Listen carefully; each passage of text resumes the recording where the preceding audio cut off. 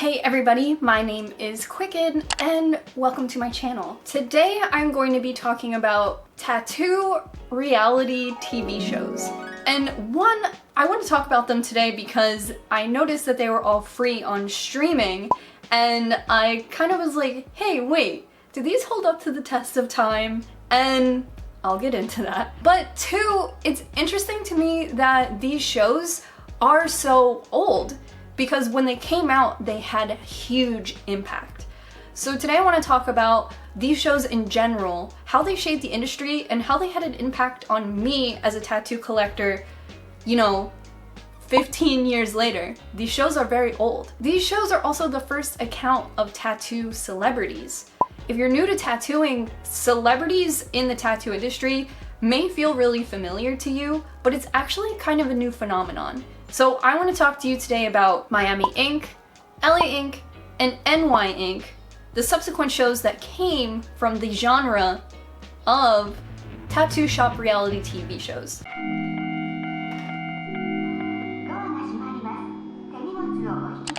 It seems like my hair is done lazy, but it's actually very, you can see all the colors, it's actually very purposeful. So since Miami Ink. Started in 2005, there has been a huge explosion of shows, reality TV shows that surround the aspect of tattoo culture.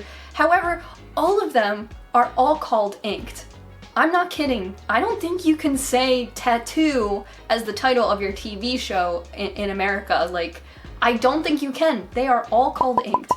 In my research, I did discover a bunch of inked TV shows that I had never heard of or watched, but today I'm going to be talking about the shows that I actually grew up watching. So if you haven't heard of any of these shows before, I can guarantee you've heard of some of the celebrities that have come from these shows.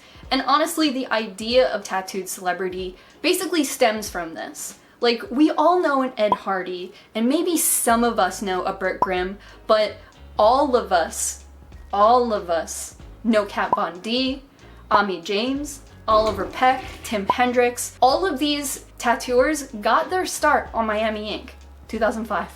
So Miami Ink. Was a reality TV show produced by David Roma that aired on TLC from 2005 to 2008. It gave viewers the inside perspective of street shop tattooing based in Miami. Most of the show's structure based off of the tattoo client's experience getting a tattoo that most likely commemorated something in their life, generally tragic. I went through a tumultuous time. And it showed the series of events that would happen from bringing in the idea, experiencing the life-changing event, and the tattoo artist creating a customs design that commemorated this event and giving them the tattoo. The show also does a good job of mixing in some minor celebrities, clients with quirks, and activities that kind of incorporate a tattoo artist's skill, like creating custom work for Art Basel or going to a butterfly exhibit to photograph butterflies for tattoo references. And like all of the makeup of any good reality TV show, there is the incorporation of personal life and drama. Who was the last person to go in the bathroom? When I went in the bathroom, it was gnarly. It was just disgusting. There was everywhere. It hadn't been flushed. There was a fly in there. I mean, it was crazy. Chris, can you check out this bathroom? All right, hey, hold on, there's a problem in the bathroom here. But I think it's fair to say for Miami Ink., the very first and pioneering show of this series of inks, drama is better described as tension in the show. Because Miami Ink. Does a pretty good job of keeping things relatively chill, better or worse for their ratings. So I personally never watched Miami Ink. When it was on TV. I have a feeling that my parents watched it, but I didn't catch it until it was available on Netflix streaming in 2009. The original Netflix streaming.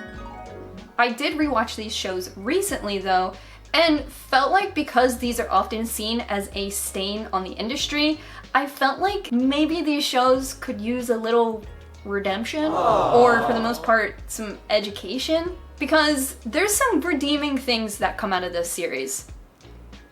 And some cringe. It seems like yesterday, the guys and I fired Josie for the shop manager position. First initial reaction, you have no tattoos, pal. Little did we know that she had a surprise in store for us. Hi guys, I'm back. So, what do you think now? So there isn't a huge amount of history on the creation of Miami Ink, but from what I've gathered online, from AMAs, and from the Books Closed podcast, which I will link below, Discovery was pitched an idea for a tattoo reality TV show and held a casting for tattoo artists that they felt fit the description. Ami James was picked at the casting call out of what he said were hundreds of other tattoo artists, not necessarily based off of his skill alone, but for the most part his character. He's quoted as saying that they would have picked a scratcher because they didn't even look at his portfolio. But him and Chris Nunez had recently opened up a tattoo shop together in Miami called 305 Ink, and I believe that that was just the perfect setting for what Discovery was looking for to create this very first pioneering tattoo reality TV show. The tattoo shop was then renamed Miami Ink, and that title was actually owned by Discovery because that becomes a point of contention later on. So after this, a cast of tattooers were introduced onto the show, and honestly, I think that all of the work that these tattoo artists do on the show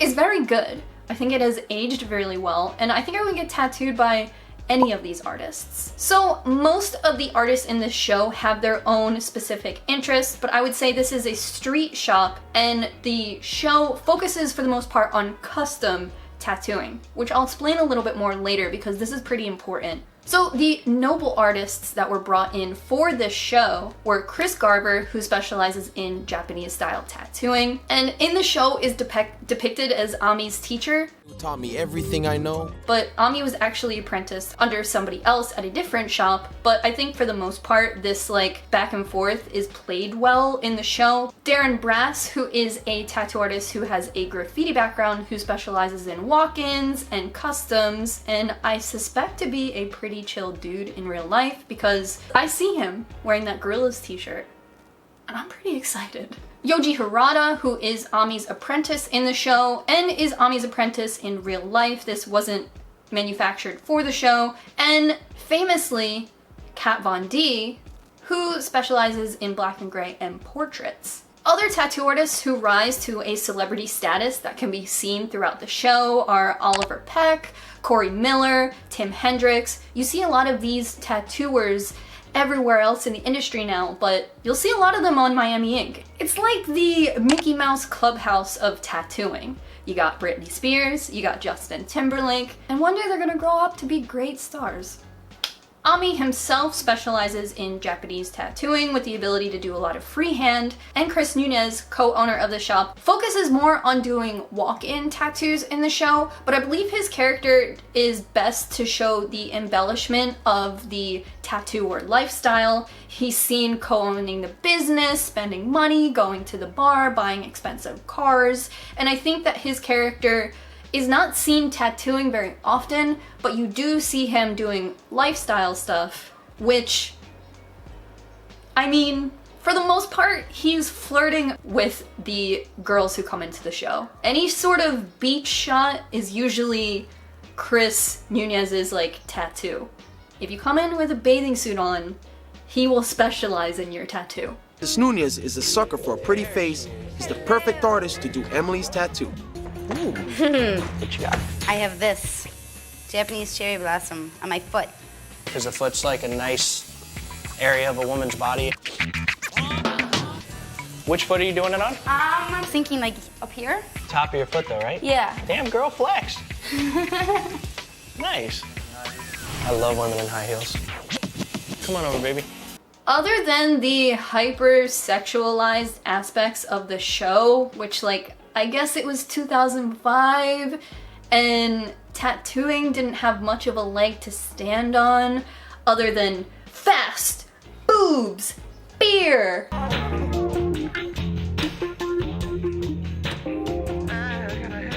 In the first 2 seasons alone, the show goes into tattooing over scars, tattooing with cremation ash, hand-poke tattoos in Hawaii, cosmetic tattooing, women tattooers in the industry, and in my opinion, showing tattoos for the first time as a form of self-care. This trope of the show was meme-worthy before there were even memes. But I will say, as much as everybody busts on it, and as excruciating as it is as a viewer to get through these segments, the show brought forth a reason to get very customized tattoos for very personal reasons. If you are new to tattoos, or you are freshly 18 looking to get some sick flash from your favorite Instagram tattoo artists, I feel like I should take a second to talk about custom tattooing, as it is the backbone of this TV series and all this TV series afterwards. But it is also a big part of contention that the show is often criticized for. So, custom tattooing, I believe, in my opinion, and from what I see in the world, and from the people I've talked to, and just from even the tattoos I consume as a connoisseur, have really fallen out of favor. Have mostly been replaced by flash tattoos. That is where most of us are with tattooing. And I, for one, have almost 100% flash tattoos on my body, with the exception of 4 or 5 of my very first tattoos that were honestly influenced by the process of getting tattoos via LA ink. So I think it goes without saying that my LA ink style tattoo was this one. And I went there a week ahead of time, said I wanted a skull with flowers, and it could be a more realistic skull. And I remember telling the tattoo artist that I was getting this tattoo to represent my independence and, growing up and things like that. And I remember I felt like I had to tell her that story in order to pass the test and getting a tattoo. And that is my most Miami ink effect tattoo, but that's how tattooing used to be. It used to be really custom tattoos. I remember when I got this tattoo on my arm, the lock and key, you can kind of tell it's a shop tattoo because it has a lot of weird shading that you don't really see that anymore. And I remember I wanted a lock and key, that's all I said. I went in, I said I want a lock and key, that's it. No references, nothing. And I said I wanted it because I felt love and I felt loyalty and I wanted to represent those traits about myself. I would never say that now. I would never say that now. I don't even want to talk about the story of my first tattoo. But it was about never being alone. So a custom tattoo is a tattoo that is designed from the ground up from a tattoo artist, usually with different themes and ideas brought forth by the client. You'll see in Miami Ink that there's actually no computer in the tattoo studio, and if clients don't have direct references, they actually go to Qcknd's in the show to go on the computer and put on their glasses, and Qcknd uses the printer and pays 25 cents. In this show, they're creating custom tattoos based on the artistic ability that they already possess. That's why it's kind of important to know the background of these tattooers. If you wanted a tattoo from Darren Brass, it's probably going to be graffiti influenced because that is his background in art. Whereas Chris Garver went to Japan and studied tattoos in Japan firsthand and then came back to the States, so that's where his footing is in. This is pretty important because this influences the final style of the tattoo of any client walking off the street receives. In the show, this became somewhat of a cliche for viewers and tattoo artists because clients would come in and they would say, hey, I want a diamond because it's my daughter's birthstone, and can you incorporate it with a teddy bear because my son had this teddy bear at the hospital, and can you put them in a field of roses because a rose is my favorite flower. This joke comes from the show because of the aspect of the custom tattooing. And it's the tattoo artist's job in the show to take all of these different themes and put them together into a cohesive tattoo that makes sense artistically and can fit on the body and isn't insane. Although, rewatching the show, I do appreciate that they will turn down tattoos. And watching it the first time around, it wasn't something I picked up on. You see Ami, he's a loose cannon, he's crazy, he was in the army. You see Ami say, I'm not doing that tattoo, it's stupid. However, when you start getting tattooed as a person in your real life, and an artist tells you, that can't happen, I think that that's better to know in real life if you are watching Miami Ink. for educational purposes. I do think it was valid to see that. Darren Brass in the show does do this sick tattoo, this custom tattoo, where the client comes in and he wants a Crown Royal bottle with 3 bullets. And it's really this whole mishmash of ideas, but Darren crushes the tattoo. It looks good. And when you're watching it, you're like, damn, that looks good. No one has that tattoo. And it's pretty buck wild.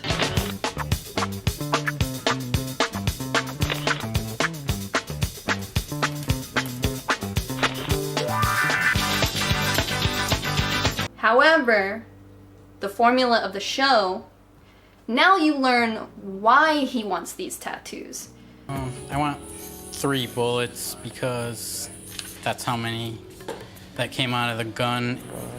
After my uncle took his life, I stopped doing my artwork. I became very unmotivated. In the show's makeup, the show will have the tattoo artist go, hey man, why are you getting this tattoo? And then as the viewer, you're introduced to the story where this guy actually wants this Crown Royal tattoo because his uncle used to drink it, and then his uncle committed suicide with 3 bullets, and then he goes on to say that it really influenced him because nobody believed in him except for his uncle, but now his uncle is dead. As a viewer, I understand that the bread and the butter of the interest of this show is to hear people's traumatic stories and the trauma and how they've overcome and how the tattoo can offer them closure.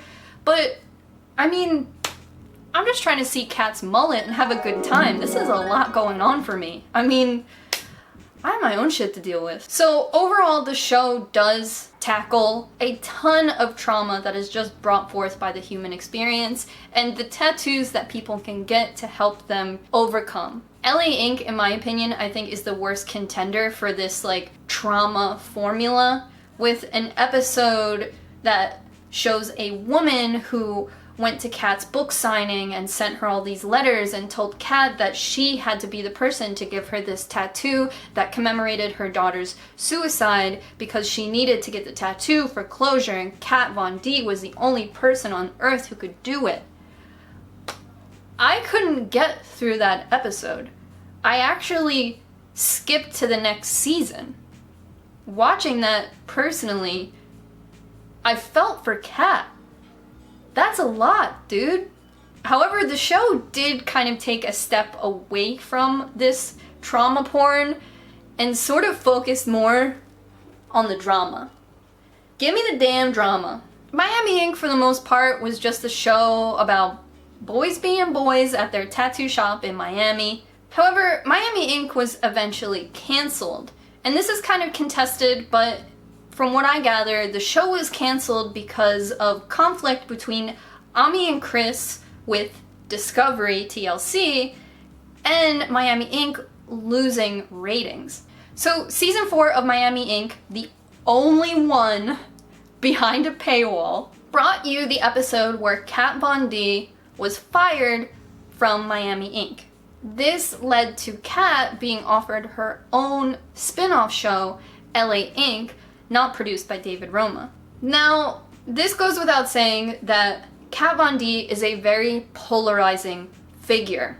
I'm going to be talking about her a lot in the next couple minutes, so I want to at least say beforehand that I'm going to be talking about Kat Von D in the context of these shows, circa 2005, 2008. Understand that I am not talking about Kat Von D in the year of our Lord 2020, but in the year of our MySpace, 2007. I did do a load of research on Kat Von D for this video though, so if you want a video on her, just ask. So when Kat Von D was kicked off of Miami Ink. season 4, which I did not pay for, so this is all from memory from when I watched it years ago, It was due to conflicts in the shop between her and owner Ami James. So LA Inc. would go on and debut as TLC's highest rated show of all time. And I believe that is why TLC took the focus off of Miami Inc. and onto LA Inc., leading to Miami Inc. being cancelled in 2008. LA Inc. had doubled the amount of views as Miami at the time, and Kat went on to tell Inked magazine that Miami Inc. fell short because it didn't show any of the personal lives of the tattoo artists, not allowing the viewers to get to know the characters. But for LA Inc., she wouldn't hold anything back, and she would put all of the aspects of her professional and private life out there for anyone to see. I have to be honest with you, and to maybe give you some perspective of the time, that I loved Kat Von D. She was the only girl on Miami Inc. and made it a redeemable show in my eyes. She had a wild sense of style that was amazing to see on TV, and her background in punk rock made her somebody that I could relate to. And she might annoy the shit out of you, but you can't say that her tattoos aren't solid. So, season 1, Episode 1 of LA Inc. starts off strong with a full cast of lady tattooers, Hannah and Kim, and Corey Miller, who is kind of shaped in the show to be Kat's mentor. She calls him her rock, and I think that really does a good job of describing his character in the show. He's great for some dad jokes, pulling out his watercolor set to do a sketch real quick, and holds the shop down for the most part until leaving the show in season 5. Kim and Hannah then leave the show after season 2, and the show fundamentally changes from that point on from a show about tattoos to a show about Kat Von D.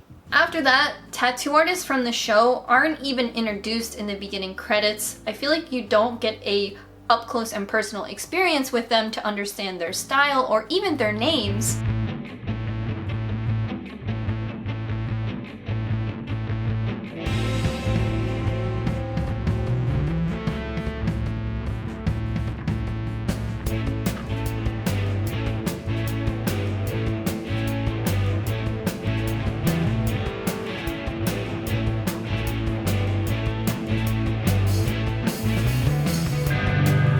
Drama seems to be artificially injected into the show with the stunt casting of the shop managers that seem to only be put in the cast to terrorize the other tattoo artists in the shop and, of course, make Kat Von D's life a little bit harder. So here are just some of the descriptions of the episodes of Season 5. Episode 1, Showdown at the Shop. Kat is forced to take sides when a long simmering feud explodes between Corey and Aubrey. Episode 3, What is Wrong with Kat? Kat is frustrated with shop manager's Liz's superior attitude towards shop basics. Episode 4, Whose Party Is It? When a party is planned, the gloves come off between shop managers. Episode 5, Gone Too Far. Kat puts an end to the backstabbing between Adriana and Liz before it gets out of hand. Episode 6, Enough is Enough.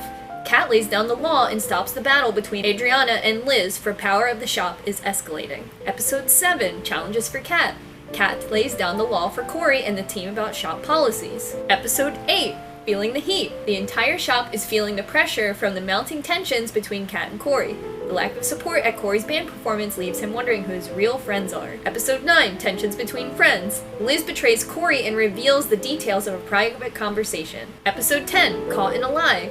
Just as a stark contrast, here are some of the descriptions from Miami Inc. Season 3. Episode 3, Woman in a Man's World. Nunez tattoos Delia a memorial piece for her father, who dies in the lines of Afghanistan. Darren gives Susan, a fellow graffiti artist, a tattoo of one of her pieces. Garver creates a Japanese-style snake for Greg. The show, in contrast, Miami Inc. is much more about tattoos, and LA Inc. is much more about drama, all centered around the shop managers who are not a part of the tattoo community, so they are inserted to create the drama. So if the shop manager wasn't there, you see through the season that the stunt casting escalates the tension to an insane degree. One of the shop hands from season 4 is actually one of the same people from the cast of Rock of Love, which was another reality TV show because that show was also about rock and roll. TLC casted one of the women from it, and that just tells you that it wasn't someone off the street. So, stunt casting in reality TV is when somebody who would obviously be a big point of contention is inserted into the show to create drama. The drama might be real, but their position on the show isn't necessarily organic by any means. I might have some of these seasons off here because I did skip around after about 60 hours of watch time.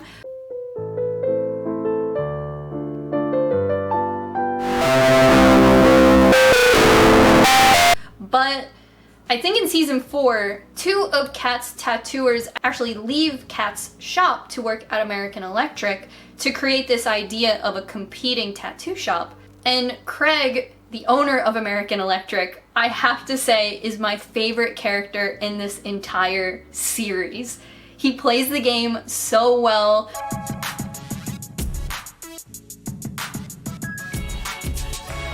Who's that? This is my brother. We're twins, but I'm the way uglier one. I'm the shop manager. The shop manager. No, you're not a shop manager. I'm the shop helper. Oh, there you go. That's it. Just to remind me that we're more than our physical bodies.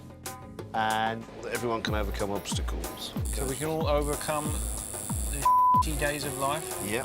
You know, the ones that just drag on and on and on. Oh, I know those days. You've done a great job. He didn't hit me, so that must be he's happy. And him and Meg Massacre are just chef's kiss infinity. The Mummy level by Awakening. So if you're interested in the life of a tattooed woman blossoming into mainstream success, like I sure am, the show does a pretty good job following Kat through her different business ventures, such as starting her makeup line with Sephora, her book writing, her journey to her sobriety, and as promised, an unfiltered look into her personal life. Academically, LA Ink. does not provide the same level of tattoo culture and be it education that Miami Ink. provides, as Miami Ink. is a much slower paced show that was created demographically for men. Along the same lines as Oak Island. In 10 seasons, there's still no treasure, but dads are still tuning in for some heavy rock play and some heated round table realness. LA Ink., from what I can understand from its well-documented account of its ratings and the almost unwatchable attempt at reality TV show drama, was a show that closely followed what viewers wanted to see every week, and not what the show could have been organically. I believe that the show was never let too far off of the executive leash, and for that, I feel like LA Ink. is sort of a wash. Merely the production of the show alone by season 4 honestly made it unwatchable for me. The drama and just the production of the show was so orchestrated that I don't know if it's my refined taste in 2020 reality drama, but it got to a point in the show where they don't even show the person talking because they're just using voiceovers and then putting the voiceover on top of a reaction from someone else. And once you pick up on that trope, you can't unsee it. Hi, I have an appointment for Dan. Oh, okay. Hey, Dan. Your client just showed up. Oh, cool, thanks. I'll leave you guys to it. How are you? How you doing? Hey, Adrian. I just wanted to talk to you and Liz when you get a second. Yeah, dude, whatever you need. Did that even happen? Obviously, being enchanted by the show early on, I do remember looking into the application process of getting tattooed on LA Ink. And from my memory of looking it up online, be it 11 years ago, the requirements were a $1,500 minimum with the ability to be able to sit for 6 hours and see the tattoo through completion. And of course, you had to have a story or a tale of significance associated with your tattoo. Other than the story being a requirement, you also had to provide headshots, and if you got through that process, you were granted an audition. From this, I can see that people would have been encouraged to exaggerate or even create a story in order to get on the show or even get close to being tattooed by Qcknd. And Kat actually told Inc. magazine about a story where a guy just looked up people that Kat was in contact to and actually lied about the familiarity he had with those contacts in order to get to the front of the line to get tattooed by Kat. Then after his tattoo was done, his wife told Kat, "We don't even know you. We lied." And then Kat said, "This is the ugliest tattoo I've ever made." So nonetheless, I feel like this created a sort of trend around earning your tattoo through some sort of traumatic event. But I do believe that this sort of idea has really chilled out in the world of tattooing, which I'm pretty into. Some of the stories on this show, I can say, are really hard to deal with. So sometimes I'm like, maybe not a tattoo. You know? Maybe not. So LA Inc. was canceled, and it's hard to get a grasp on just exactly why it was canceled, as the final season of this show wasn't even on my radar when it was on TV. And as far as preparation for this video goes, I was so burnt out on LA Inc. By the time I got to the episode where Corey Miller leaves, I stopped watching. So the final season where Kat meets Jesse James and they get engaged and then they get divorced or something, I was done by then. But it is rumored that this subplot kind of led to the downfall of the show. Kat's quoted as saying that she didn't want to continue the show, and TLC is quoted as saying they canceled the show, and this is a big point of contention between both of these people, and from what I see online, further proof that Kat burns every bridge she ever crosses. So what's New York Inc.? So imagine Ami James at home, bridge burned with discovery, watching LA Inc. circle the drain. You have this great idea for a show where it's reality and tattooing done right. I don't know if that's tea, but that's how I feel like NY Inc. was created, and notably the most watchable series of the TLC Inc. franchise. So Ami teams back up with David Roma, who also produced Gasland, if you haven't seen it. It's a pretty good documentary. And they came together to create New York Inc. Now I'm kind of biased because I love East Coast tattooing and the culture of New York tattoos, but every tattoo artist casted for this show is sick. Perfection. I would get tattooed by any single one of them. Mwah! Tommy, mwah! The premise of the show is Ami opens this huge tattoo shop, I believe in Soho, in New York City. And a lot of the tension and the drama that you need from a reality TV show is kind of centered around, damn, this tattoo shop's really, really big. How am I gonna pay the rent if we're not successful? So Ami at this point is older and more privy to being on a reality TV show, which is great because he serves us direct, concise, to the point confessionals about his tattoos, which is refreshing. I like it. The show has emotional moments for sure, and it is the franchise's bread and butter, but this show does a more playful job of packing in C-list celebrities like Ange from the Jersey Shore, and Alicia Nett, an alternative model. Tim Hendricks and Tommy Montoya are both West Coast style tattooers and have great shop chemistry. I love them on the show. Guys, Miami is taking me to Miami. So, that's not funny. I know, it sounded good though. They are casted to perfection. And Meg Massacre is introduced. She is a custom tattoo artist who leans towards realism and is self-described as spooky cute. And when I tell you she's an actual delight, I mean it. She is a sweetie pie and a total foil to Kat Von D in a way that I bet challenged producers, and I personally love to see it. There is this very specific episode where the shop finds some nude photography of Meg online, And the shop manager, Jessica, has a problem with this behavior. So instead of turning this drama into like a huge 5-episode blowout, Meg takes the approach of explaining to Jessica how she can feel empowered doing sexy photo shoots like this, and how Jessica's assumptions about her could be harmful. Meg even goes a step further as to invite Jessica to a pole dancing exercise class, so Jessica has the potential of feeling empowered through her sexuality as well. Although Jessica is a little stubborn in this interaction, personally, I loved seeing it.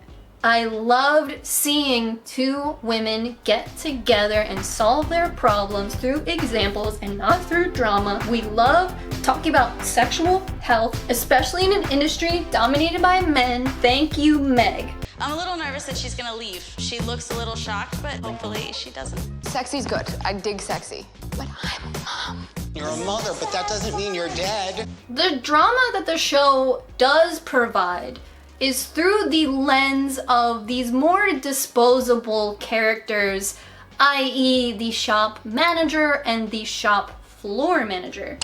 I also firmly believe that these two characters were stunt casted Hollywood hopefuls who wanted to be on a reality TV show drama, though I do believe that the show is much more balanced production-wise and in terms of storytelling. The characters are playful enough in their own right to be organically interesting, and the show still does a good job of showing the industry a little more personally through Billy's apprenticeship, through Megan's experience as a female tattooer in the industry, and literally everyone in the show has a family back home. So I feel like your heart can go out to these characters who are first-time dads, family men, people going out to succeed at their craft.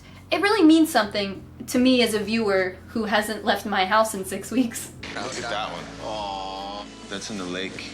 The show obviously had its own Hollywood bells and whistles, of course, with fights and things in the show, and ultimately the show was not renewed. I couldn't find any information online about why NY Inc. wasn't continued, but I did find out that Ami has his own Facebook exclusive show called Tattoo Shop that is based inside of Wooster Street Social Club, NY Inc. And I didn't watch any of the episodes. I don't have a Facebook account, but I did see from the thumbnails that Tommy is there, that Ami is there, and maybe the show just was better in Ami's hands and not in the hands of TLC. I think that from there on, TLC has not shown much interest in this tattoo lifestyle content, but I also believe that other networks have dominated this sphere, so I would love to see what TLC does in the meantime. Looking up all of the other tattoo spin-off shows and content, it seems that sometimes things are swing and a miss, especially on TLC, but that doesn't go without saying that these shows in their own right did hold merit to the industry. I read one interview from a tattoo shop that had opened around the time of the introduction of Miami Inc., and they said that suddenly they were seeing clients who were soccer moms. They repeated soccer moms so many times in the interview. So many more common folk, regular people getting tattooed, kind of breaking that stereotype that is often associated with tattooing. Me, as a woman now, 15 years after the show has aired, I don't receive much to any scrutiny about my tattoo choices. I think that tattoos are much more familiarized and can be objects that are seen as redemption or getting over a tragic event, and I believe that that cliche was instilled in us over and over and over again from the over 80 episodes of Miami Inc.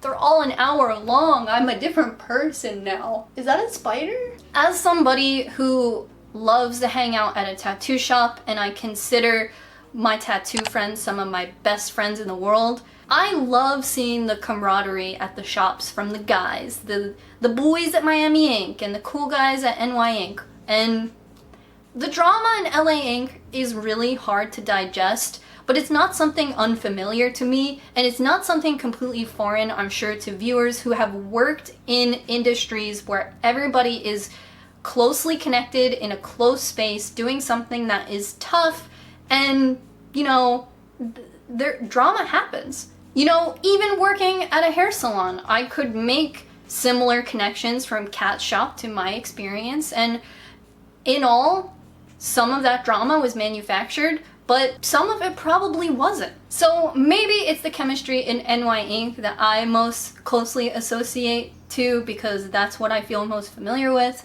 But overall, I think as a tattooed person and a tattoo collector of the last 15 years, I can really like these shows and relate to different aspects of them, even if it feels like I'm just hanging out with the buds somehow. Right now in 2020, I don't know what this reality TV show shop would look like. I think that Instagram and YouTube creators would probably replace the C-list celebrities, and tattoos would be much less about personal experiences and much more about maybe milestones and triumphs. Like, it's time for me to fill this little spot on my arm. Cool. However, I think, at least personally, I couldn't watch something so emotionally exhausting and feel enjoyment or entertainment from it, and it would have to be much more tattoo focused. Ami is quoted as saying that even though he got a ton of hate in the industry for creating these TV shows that mocked tattooing or showed tattooing to a wide audience of people who were never supposed to see it, never were supposed to become familiarized with it, and opened the doors to so many people thinking they knew something about tattoos who before it was a very private, closed studio, passed along by hand to the right person, keeping this a closed society. Ami received that backlash, but he said that in his show, he never showed anybody how to tattoo. And I think that that's pretty interesting from Ami, because he said, you know, if they wouldn't have picked me, they would have picked somebody else, and no matter what, it was going to happen. He said he was glad that he was older in age, or else he would have made way more mistakes on the TV series. And I can look at this show and think that, you know, what he did was going to happen anyway, and I think is a genuine good effort. Academically, for tattoo culture, this is just fine. Living through the drama as it happened, and maybe you guys remember TLC was going to make a show called Tattoo School, and it was protested and petitions were signed, and they canceled it after the first episode. There was huge industry pushback to not normalize this lifestyle and not glamorize these shows. However, years later, whatever, a lot of tattoo artists have taken this to a springboard, and now when you go to tattoo convention, there's a whole celebrity alley, which is fun for me. But I'd love to know how you feel about these shows. Did you grow up with them, or are you just hearing about them for the first time? If you're watching Miami Inc. with no previous viewership or interest, it's gonna taste a little stale. I promise you, this was huge for tattooing and made tattoos much more digestible across the world, as this show is syndicated in 100 countries, 121 I think. I love you guys so much. If you stuck through the whole video, I think I deserve a subscribe. I love you guys. If you want to see more tattoo content from me, I have over 100 videos in my Tattoo Talk Tuesday playlist, so give them a chance. I appreciate it, and until next time, bye.